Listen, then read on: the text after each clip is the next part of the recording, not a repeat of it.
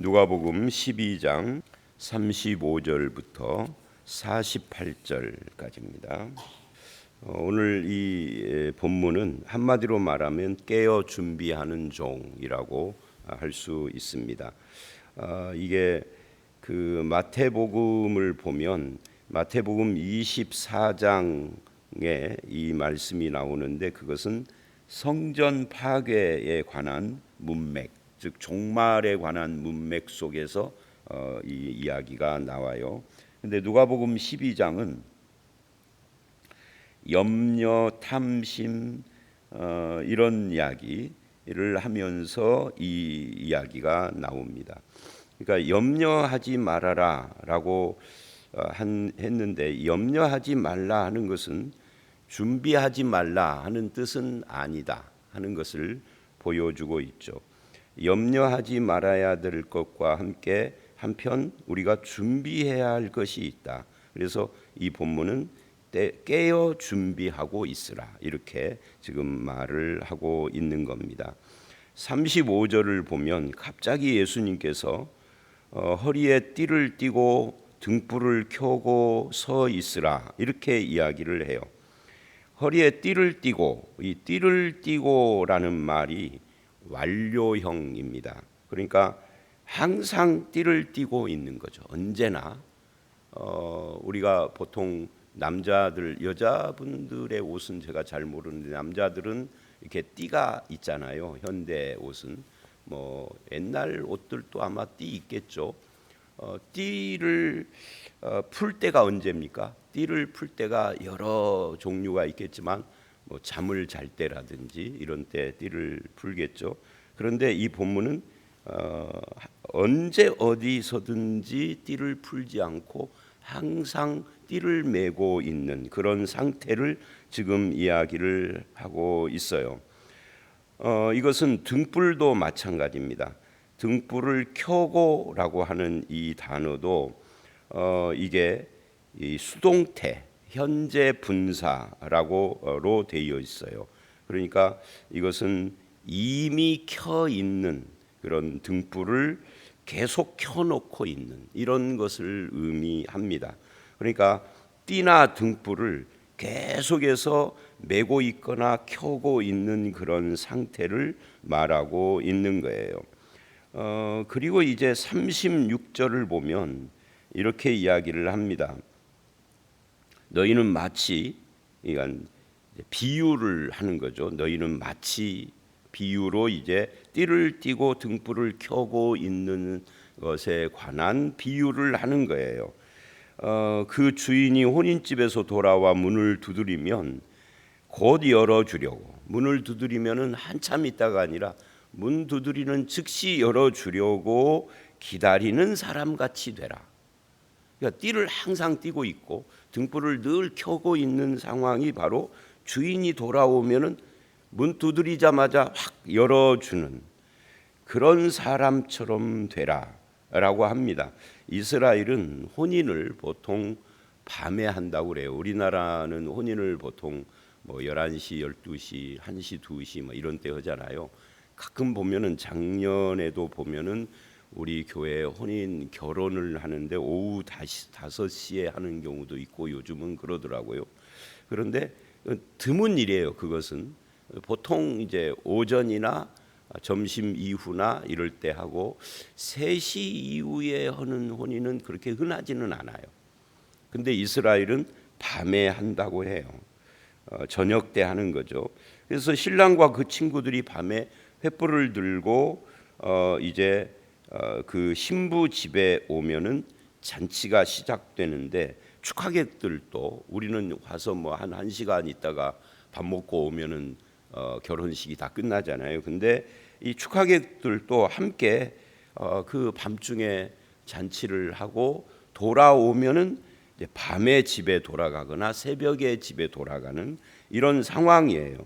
그런데 이제 그 집 주인이 그렇게 하고 돌아올 때 문을 즉시 열어주는 이걸 지금 이야기를 해요. 그러려면 깨어 있어야 하는 거죠. 그래서 37절 주인이 와서 그렇게 깨어 있는 것을 보면 그 종들은 복이 있으리로다. 이 복이 무엇인지는 말하지 않아요. 복이 있다는 말이 오늘 본문에 여기 말고도 또 나오는데 그 복의 내용이 뭔지 이런 건 중요하지 않아요. 주인이 볼 때 이 종들이 그 자기 업무를 잘하고 있다 하는 것을 보면은 내가 종 참 잘 뒀구나, 이게 복인 거죠. 하여튼 그같이 하는 것을 보면은 복이 있다. 그러면서 38절을 보면 이렇게 37절 끝을 보면 주인이 띠를 띠고 그 종들을 자리에 앉히고 나와 수종들이라. 그러니까 이 복이 무엇인지는 무엇을 주는 복을 말하는 것이 아니라 주인이 너를 섬겨주리라. 이게 말이 안 되는 이야기거든요. 사실은 종들이 하는 행위를 주인이 한다는 거예요. 그러니까 이게 굉장히 종을 인정하는 그런 장면인 거죠. 내가 너를 섬겨주겠다 이렇게 말을 하는 거예요. 그런데 주인이 언제 오는 것을 기다리느냐? 그게 이제 38절입니다. 이 38절을 보면 주인이 혹 2경에 올 수도 있고 3경에 올 수도 있습니다. 그래도 종들이 그래도 잠 안 자고 기다리고 있다가 주인에게 문을 열어주는 것을 보면 그 종들은 복이 있다. 이 복은 다시 또 이제 똑같은 이야기를 하는데 무엇을 이 복은 그래 너 참 잘하는구나, 내가 갖고 있는 밭 한쪽을 띄워줄게, 이런 게 아니다 그 말이죠. 뭘 물질을 주거나 하는 것이 아니라 그렇게 하면은 어떤 복이 있느냐라고 할 때 37절에 그 종들을 자리에 앉히고 수종들이라예요. 자, 그 복이 중요한 것이 아니라 그같이 하고 있는 것을 보면인데 그같이 하는 것이 뭐냐? 2경에 와도 종이 잠을 안 자고 깨어 있는 거고 3경에 와도 종이 잠을 안 자고 깨어 있는 거예요. 그러면 2경은 뭐고 3경은 뭐냐? 근데 우리는 요즘 이런 시간 단위를 안 쓰죠. 우리나라도 조선 시대에는 이런 시간 단위를 썼어요. 물론 우리나라하고 이스라엘하고 시간을 쪼개는 것이 약간 좀 차이는 있겠죠. 근데 이스라엘은 이 저녁 시간대, 밤 시간대를 셋으로 나누었다고 그래요. 그래서 오후 6시서부터 아침 6시까지 12시간을 셋으로 나누어서 1경, 2경, 3경 이렇게 하는 겁니다. 근데 그 1경, 2경 할 때 2경이 언제냐면 10시부터 새벽 2시 사이에. 그러니까 이경 하면 우리 이경에 만나게 그러면은 10시에 가서 기다렸는데 새벽 2시에 만나는 거나 마찬가지죠. 3경 그러면은 이제 새벽 2시서부터 6시까지가 되는 거예요. 그러니까 이게 참 시간을 왜 이렇게 폭넓게 나눴는지는 모르겠어요. 그때는 이렇게 우리 같은 시계가 없으니까 시간을 정확히 맞추기가 어려워서 아마 이렇게 폭을 넓게 했던 것 같은데, 그러면 2경에 오면은 적어도 새벽 2시에 올 수도 있고 3경에 온다 그러면은 새벽 5시나 6시에 올 수도 있는데 어제부터 계속 깨어 있는 거잖아요. 5시, 6시까지. 이게 쉽지가 않은 거죠. 이제나 저제나 오다가 한 새벽 1시나 2시나 이때쯤 되면은 에이 모르겠다 하고 잠들어 버릴 것 같은데, 그런데 깨어 있는 거예요. 그러니까 이 종이 굉장히 신실한 거죠, 주인에게. 그러면 주인도 너를 내가 종이 되어서 너를 수종들어 주겠다, 이렇게 지금 말을 해요. 이 비유입니다. 그러면서 39절에 또 이렇게 말을 해요. 너희도 아는 바니 집주인이 만일 도둑이 어느 때에 이룰 줄 알았더라면, 또 다른 비유입니다. 그 집을 뚫지 못하게 하였으리라. 자, 여러분, 이제 오늘 저녁에 우리 집에 도둑이 온대요. 예고가 왔어요. 언제 올지를 어떻게 알아요? 11시에 올지 12시에 올지 새벽 3시에 올지 5시에 올지 알 수가 없는 거예요. 그런데 도둑이 온다는 건 확실하니까 주인이 그것을 대비하고 있어야 돼요. 안 자고 이제 지키고 있어야 되는 거죠. 그렇게 하는 것과 같이 40절 너희도 그래요. 너희도 준비하고 있으라. 자, 핵심은 깨어 있다, 준비하고 있다, 이게 핵심인 거죠. 자, 그러면 이제 이 깨어 있고 준비하고 있다라는 것이 어떤 의미냐 하는 것을 생각을 해야 하는데 그거를 말하기 전에 이렇게 말을 해요. 40절 생각하지 않은 때에 인자가 오리라. 그러니까 혼인집에 갔던 주인이 몇 시에 올지 모르는 것처럼 예수님이 언제 올지 모른다는 거죠. 도둑이 언제 들지를 모르고 도둑이 드는 건 확실한데 언제 올지 모르는 것처럼 예수님도 그렇게 온다는 거죠. 그러니까 이 말씀만 보면 우리는 예수님이 도둑처럼 온다, 이거에 대해서 익숙해요. 교회에서 도둑처럼 온다는 것에 대하여 많이 들었어요. 그런데 이제 서신서를 보면 믿는 자들에게는 도둑처럼 오지 않는다라는 말씀도 나와요. 도둑처럼 온다는 말도 있고 도둑처럼 오지 않는다는 말씀도 있으니 이게 뭔가요? 이런 거죠. 예수님이 몇 년도에 몇 시에 어디로 온다, 이거를 알지 못하니까 도둑처럼 오는 거예요. 그런데 왜 믿는 자에게는 도둑처럼 오지 않느냐 하면은 예수님이 오신다는 것이 확실하니까. 그러니까 예수님이 오신다는 걸 확실히 아는 사람에게는 예수님이 왔을 때 도둑이 오는 것처럼 오는 것이 아니라 오신다는 그분이 오셨어요. 신랑이 왔어요. 신랑이 왔는데 당신 왜 도둑처럼 왔어? 이렇게 말하지 않죠. 신랑이 오면은 신랑을 맞이하는 신부처럼 맞는 거니까 믿는 자에게는 도둑처럼 오는 게 아니라 오실 분이 오신 거예요. 안 믿는 사람은 예수님이 오신다라는 걸 꿈에도 생각을 않고 있다가 맞이하니까 도둑처럼 오는 거죠. 자, 이제 그런 헷갈리는 부분이 성경에 있으니까 설명을 한 거고요. 그게 데살로니가 전서 4장 5장에 나오는 이야기입니다. 특히 이제 5장 초반에 나오는 이야기예요. 근데 다시 본문으로 와서 깨어 있다, 준비하고 있다 하는 것이 인자가 오는 거고 연결이 된 거예요. 지금 무엇에 깨어 있고 무엇에 준비하고 있느냐 할 때 예수님 오시는 것과 연결해서 깨어 있는 것을 말하고 있는 거구나라고 지금 말하고 있는 거죠. 말씀하고 있는 거죠. 그러면 깨어 있다, 준비하고 있다 하는 것이 어떤 의미일까? 그게 이제 우리가 어제 말씀에 31절을 보면 너희는 그 나라를 구하라 하는 것과 연결된 거예요. 하나님의 나라는 하나님의 통치입니다. 그래서 하나님의 통치를 이야기를 하는데 이 하나님의 통치의 성격이 뭐냐 할 때 하나님의 나라, 하나님의 통치, 그 나라는 의를 특징으로 한다. 어제 말씀드린 거예요. 의는 뭐냐라고 할 때 의는 옳음이고 하나님과의 관계에서 옳은 삶을 사는 것입니다. 의인 하면은 두 가지 의미가 있어요. 하나님과 올바른 관계를 맺고 사는 사람이라는 의미가 있고, 이게 인을 사람 인자를 쓰는 경우입니다. 그런데 인정한다라는 의인이 있어요. 그거는 의인으로 의롭다고 인정한다, 칭의를 말하는 거예요. 근데 이제 의 자체를 말하면 의에는 공의와 공평이 있다, 평등 그리고 자비, 이런 것들을 시행하는 거예요.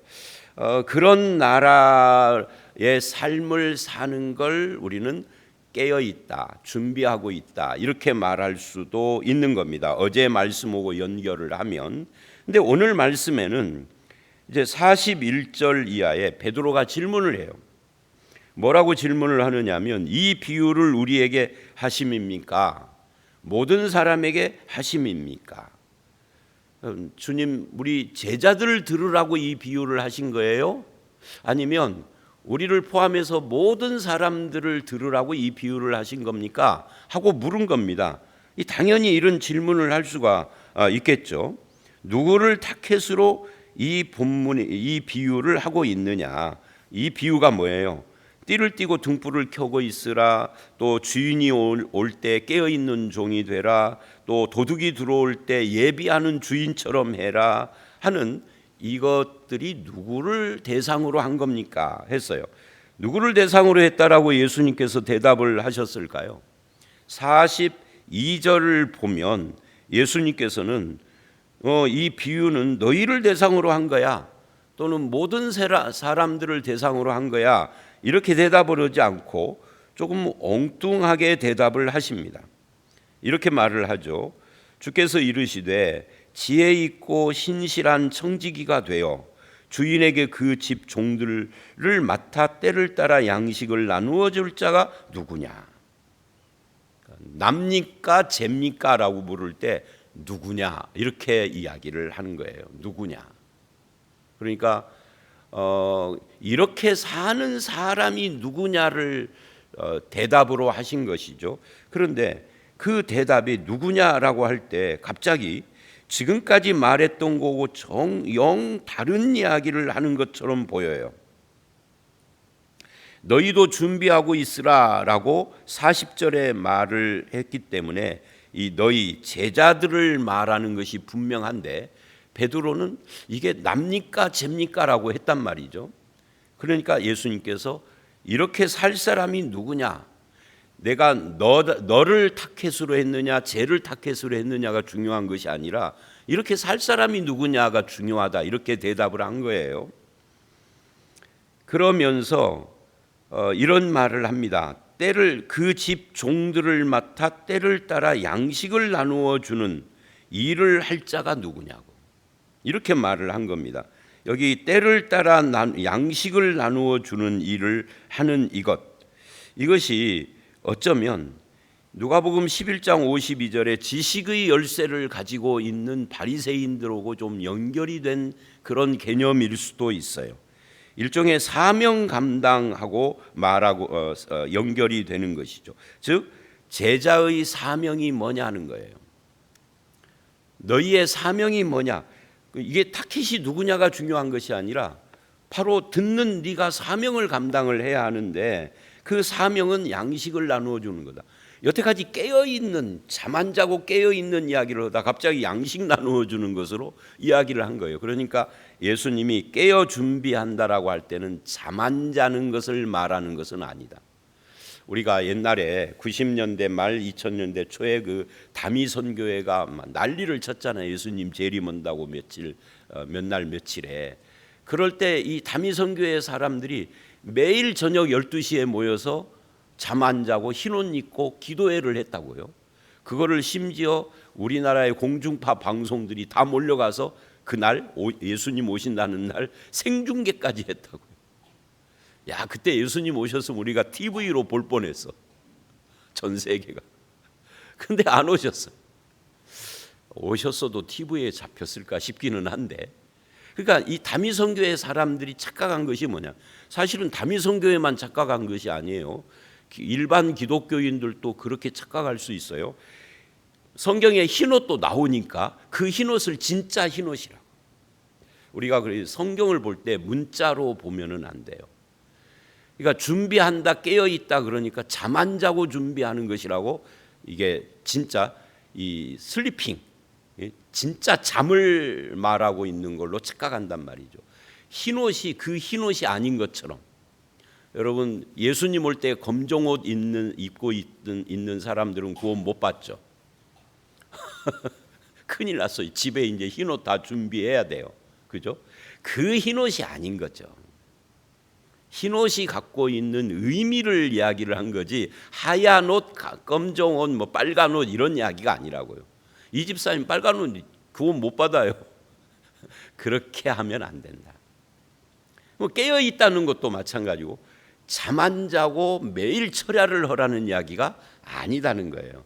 깨어 있다는 것이 아까 뭐라고 그랬죠? 그 나라를 구하는 삶인 것처럼 여기서는 깨어 있는 게 뭐냐면 사명을 감당하는 양식을 나누어 주는 자라고 한다는 거죠. 말하자면 이 양식을 나누어 준다라는 것이 뭐예요? 42절에 보면은 지혜 있고 진실한 청지기가 되어라고 그렇게 말을 해요. 청지기가 되어 이게 양식을 나눠준다는 것과 연결된 거예요. 이 청지기라는 것은 집주인이 주인인데 이 청지기는 종들 중에 신실한 사람을 택해서 그 사람한테 야 내가 맨날 뭐 우리 집 방문하는 거지나 옛날 저희 어렸을 때 보면은 중들도 집집마다 뭐 이렇게 돌아다니면서 목탁을 치면은 집주인이 얼른 가서 쌀 주고 막 이랬거든요. 요즘은 그거 하는지 모르겠어요. 90년대 제가 진안에 있을 때 보면은 그때까지도 이 스님들이 돌아다니면서 가게마다 돌아다니면서 똑딱똑딱 하면은 이제 쌀 대신에 돈 주고 하는 걸 봤는데 전주에 와서는 못 봤어요.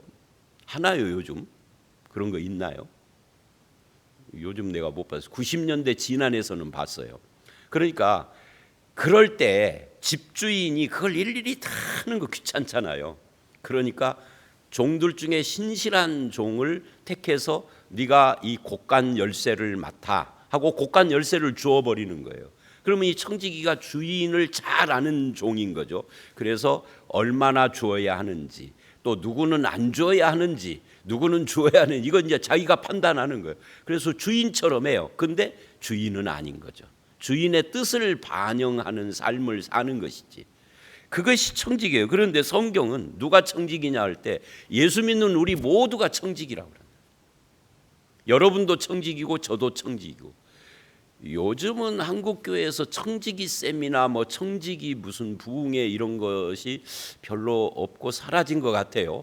과거에는 그런 것이 많이 있었거든요. 그때 청지기가 누구냐면 재직들이에요. 근데 성경이 청지기는 누구냐면 재직들이 아니라 모든 예수 믿는 사람. 어저께 예수 믿은 사람도 청지기인 거예요. 다. 그럼 주인은 누굴까요? 하나님이죠. 무엇의 청지기일까요? 내가 갖고 있는 모든 것의 주인이 하나님이고 나는 맡은 자다는 거예요. 내 생명서부터 생명, 가정, 직업, 재능, 은사 모든 것, 심지어 역사, 이 역사의 청지기, 복음의 청지기, 여기서는 말씀의 청지기. 우리가 갖고 있는 모든 것은 하나님이 나에게 맡긴 거라고요.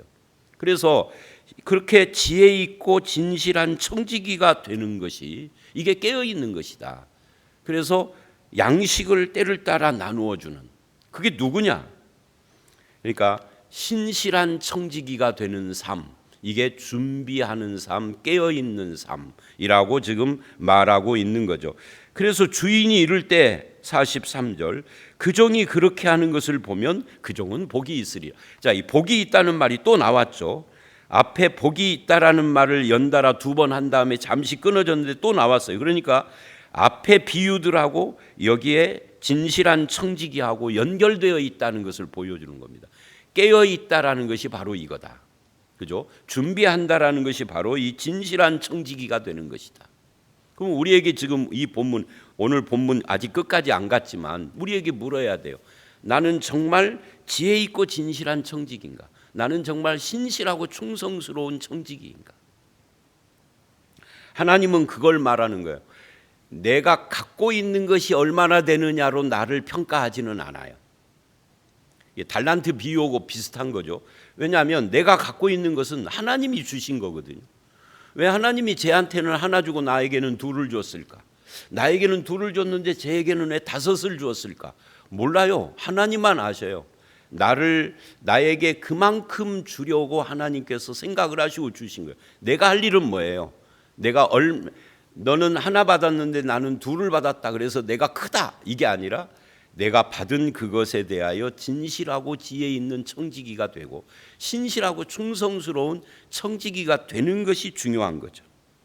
그래서 내가 참으로 너에게 이르노니 44절 주인이 그 모든 소유를 그에게 맡기리라. 마치 달란트 비유에서 둘을 남긴 사람에게 둘을 더 주는 것처럼 주인의 소유를 그 손에 다 맡기겠다. 이렇게 이야기를 해요. 이 복이 뭐냐를 지금 말하는 거예요. 앞에서의 복, 비유상의 복은 주인이 너를 수종들겠다 그래요. 여기서는 주인의 소유를 너에게 맡기겠다는 거예요. 지금 맡은 것도 있는데 거기에다가 주인의 것을 더 맡기겠다는 거죠. 그래서 이 종을 인정해 주겠다는 거예요. 45절 만일 그 종이 마음에 생각하기를 주인이 더디 오리라 하여 남녀 종들을 때리며 먹고 마시고 취하게 되면, 여기서 우리가 앞에서도 그 42절에 그 집 종들을 맡아 할 때 그 집 종들이 누구냐, 그리고 45절에 남녀 종들 그러는데 이가 누구냐, 이거를 따지면 논점이 흐린 겁니다. 여기서는 이 종들이 누구냐가 중요한 것이 아니라 이 맡은 자가 어떻게 하느냐가 중요한 거예요. 말하자면 자기가 맡은 그것을 마치 자기가 소유권자인 것처럼 함부로 사람들을 대하는 거죠. 나는 소유권자가 아니에요. 나도 저들과 똑같은 종일 뿐이에요. 종인데 하나님이 나를 종들 중에서 청지기로 삼은 것인데, 그렇다면 이렇게 때리며 먹고 마시고 취하면 안 되는 거죠. 왜? 주인이 언젠가는 반드시 오는데 더디 올 것이다, 안 올 것이라고 생각을 하니까 이렇게 산다는 거예요. 그렇게 살면 안 된다는 이야기죠. 생각하지 못하는 때, 생각하지 못한 그 날에 주인이 와서 그것을 이제 본다는 거죠. 엄히 때리고 신실하지 아니한 자의 받는 벌에 네가 한 행위 그대로 너에게 벌을 내리겠다라고 지금 말을 하고 있습니다. 우리는 여기서 사람들이 예수 그리스도의 재림이 지연될 때에 어떤 태도를 보이느냐 하는 것에 대하여서 보게 되는데, 이것이 꼭 재림만 말하는 건 아니에요. 예수님이 재림할 것을 그렇게 믿고 기다렸는데 2000년이 지났는데 아직 안 오셨잖아요. 요즘 사람들 중에도 예수님, 요즘 세상을 보면은 예수님이 곧 올 것 같아, 그렇게 말하기 시작을 했는데 내 나이가 벌써 70대가 됐잖아요. 그죠? 그러니까 예수님의 재림은 모르는 겁니다. 왜요? 1000년이 하루 같으신 분이 예수님이니까. 하루가 1000년 같고 우리의 시간 개념하고는 다른 거거든요. 우리는 2000년 그러지만 예수님은 야 겨우 이틀 지났는데 뭘 그렇게 조바심을 내느냐 이러실 수도 있어요. 주님의 때를 우리가 모릅니다. 그러니까 뭐 해야 되는 거예요? 그 주님의 때를 모르니까 늘 항상 띠를 띠고 항상 등불을 켜고 서 있어야 돼. 서 있어야 돼. 아까 이 35절에 서 있어야 된다는 말을 제가 지나갔잖아요. 서 있다. 이게 중요한 거예요. 즉 늘 그 상태. 이걸 다른 말로 하면 뭐라고 그러죠? 신실해야 된다는 거죠. 30대 때의 열정의 그 신앙을 70대, 80대 때도 그 열정의 신앙 그대로 있어야 된다. 항상 켜고 있어야 되고 항상 띠를 띠고 있어야 되고, 이것이 청지기다 하는 것을 지금, 그러니까 이 시점에서 우리는 35절을 봐야 하는 거죠. 근데 그게 잘 안 되는 거예요. 그래서 허랑방탕하게 살고 이제는 뭐 예수님 언제 올지 몰라 하고 지 마음대로 주인인 것처럼 살고, 그래서 사람들을 함부로 대하는 거죠. 47절 주인의 뜻을 알고도 준비하지 않고 그 뜻대로 행하지 않는 종이 많이 맞을 것이다. 그런데 알지 못하고 맞을 일을 행하면 적게 맞을 거예요. 그러니까 맞는 건 똑같은데 적게 맞는다는 거예요. 그러면서 결론을 내려요. 물은 많이 받은 자에게는 많이 요구하고 많이 맡은 자에게 많이 달라 할 것이다. 그러니까 여러분 교회에서는 목사가 좋아 보이지만 하나님께서 나를 목사로 세우시면 나에게 많이 요구할 것이다 라고 이야기를 지금 하신 거예요. 이걸 알았으면은 그렇게 신학교 가서 목사 되기를 열망하지 않았을지도 모르는데 제가 20대 초반에 신학교 가서 목사가 되려고 정말 꿈을 꿨죠. 꿈을 목사가 되고 싶어서. 근데 우리 가정 형편은 신학교 가서 목사가 될 수가 없는 형편이고, 그래서 어떻게 하면 목사가 되고 싶은데 하는 그런데 이 말씀을 보면은 많이 준 자에게 많이 요구할 것이다 그래요. 중요한 것은 뭐예요? 그래도 끝까지 많이 요구한다라는 것은 너에게 네가 큰 교회를 이루어야 된다 이것이 아니라 끝까지 서 있는 거죠. 견고하게 띠를 띠고 서 있으라. 그리고 신실하고 진실하게 청지기로서의 삶을 살아라. 이게 결론인 겁니다. 여러분, 저와 여러분은 목사가 됐든 안 목사가 됐든 다 하나님의 청지기입니다. 다만 많이 받았느냐 적게 받았느냐의 차이죠. 하나님이 요구하는 것은 진실한 자로 살아, 깨어있는 자로 살아, 충성스러운 신실한 자로 서 있어라, 늘 서 있어라, 이렇게 지금 이야기를 합니다. 근데 때로는 늘 서 있기가 피곤할 때가 있어요. 주저앉고 싶고 들어눕고 싶고 이제 그만하고 싶고 신실하다라는 것이 쉽지가 않습니다. 우리 모두 다 신실하고 진실한 청지기로서의 삶을 살아가는 저와 여러분이 다 되시기를 주의 이름으로 축원합니다. 함께 기도하겠습니다. 하나님 아버지, 그렇습니다. 띠를 띠고 등불을 켜고 늘 서 있는 삶, 하나님께서 맡기신 일에 대하여 지혜 있고 진실한 청지기로서 그 사명을 감당하는 삶을 사는 것이 하나님이 우리에게 요구하는 것일진데, 아버지 하나님, 우리가 그렇게 신실하고 충성되게 살아갈 수 있도록 우리를 붙들어 주시고 도와주시고, 때로는 주저앉고 싶을 때 힘 주시고, 우리를 주저앉았을 때 일으켜 주시며, 아버지 하나님, 끝까지 갈 수 있도록 우리와 함께해 주실 줄 믿사옵고 예수님 이름으로 기도드렸사옵나이다. 아멘.